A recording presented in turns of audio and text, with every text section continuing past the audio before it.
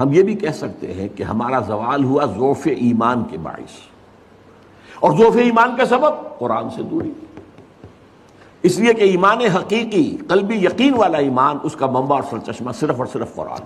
اچھا ایسا ہوا کیوں؟ اس کے دو سبب تھے جو اس کے آغاز میں ہوئے۔ پہلا نیچرل تھا، جب وہ تحریک تھی، جد و جہد تھی، ابھی جہاد جاری تھا، تو زیادہ ضرورت ایمان کی تھی، یقین کی تھی۔ جب اسلام ایک ریاست بن گیا، اب زیادہ اہمیت قانون کی ہو گئی۔ اب اسلام بنیاد ہے، ریاست کا شہری کون ہے؟ مسلمان۔ ایمان تو دل کی ایک شے ہے نا، چھپی ہوئی شے ہے، وہ نہ گنتی میں آئے نہ تول میں آئے۔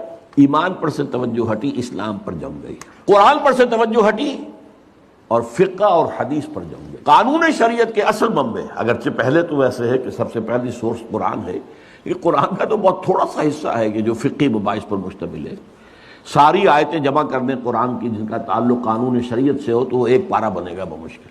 باقی اصل جو شریعت کے منبع ہیں وہ تو حدیث ہے، پھر اس پر قیاس ہے، غور و فکر ہے، اجتہاد ہے، سوچ بچار ہے۔ یہ تو توجہ جو ہے ہٹ گئی، شفٹ آف ایمفیسس، ایمان سے ہٹ کر اسلام پر، قرآن سے ہٹ کر حدیث اور فقہ پر۔ اور دوسرا ایک منفی پہلو بھی تھا، جب ملوکیت آ گئی، سرمایہ داری آ گئی، لوگوں نے یہ سمجھا، سرمایہ داروں نے، بادشاہوں نے، یہ قرآن بند ہی رہے تو بہتر ہے، ورنہ اس میں لوگوں کو ہماری شکلیں نظر آ جائیں گی۔ یہ ابو لہب کا کردار ہم نے جو اپنایا ہوا ہے، الذی جمع مالا وعددہ یحسب ان مالہ اخلدہ، یہ جو قرآن کنڈیم کرتا ہے، جو ملوکیت کو ختم کرتا ہے، اگر یہ عام ہو، لوگوں کی توجہ اس پر مرکوز ہو، تو لوگ تو پھر ہمارے در پہ ہو جائیں گے، غریبانوں پر ہمارے ہاتھ آ جائیں گے۔ تو بند ہی رہے تو اچھا، بھائی پڑھ کر صرف ثواب لے لیا کرو، بس قرآن کا ترجمہ مت کرو، وہ علماء کریں گے، جو 14 سال کی تعلیم حاصل کریں گے وہ کریں گے، تمہارا کام نہیں ہے۔ یا پھر ٹھیک ہے 14 سال کی تعلیم حاصل کرو،